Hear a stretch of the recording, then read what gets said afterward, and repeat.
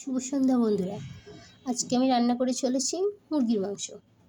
তো আমার লাগবে হচ্ছে আলু, টমেটো, রসুন বাটা, পেঁয়াজ বাটা, লঙ্কা বাটা, আদা বাটা, মশলা বাটা, হলুদ, লবণ, গোটা রসুন, গোটা তেজপাতা। আর এটা হচ্ছে আমার মুরগির মাংস। তো এই সাথে দিব হচ্ছে খাঁটি সরিষার তেল। আস্তে আস্তে সব মশলাগুলো এক এক করে দিব।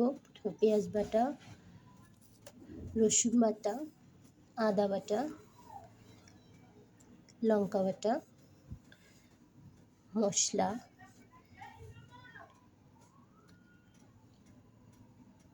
হলুদ, লবণ, এভাবে দিয়ে প্রত্যেকটা মশলা দিয়ে একসাথে ম্যারিনেট করব। তো আমার ম্যারিনেট করা শেষ। এভাবে 5 মিনিট ঢেকে রাখবো।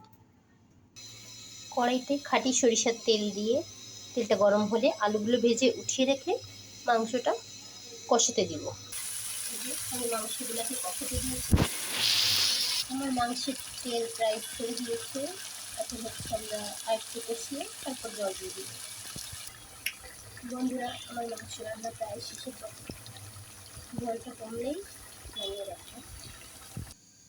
তো বন্ধুরা, এটা হচ্ছে আমার মাংস রান্নার ফাইনাল লুক।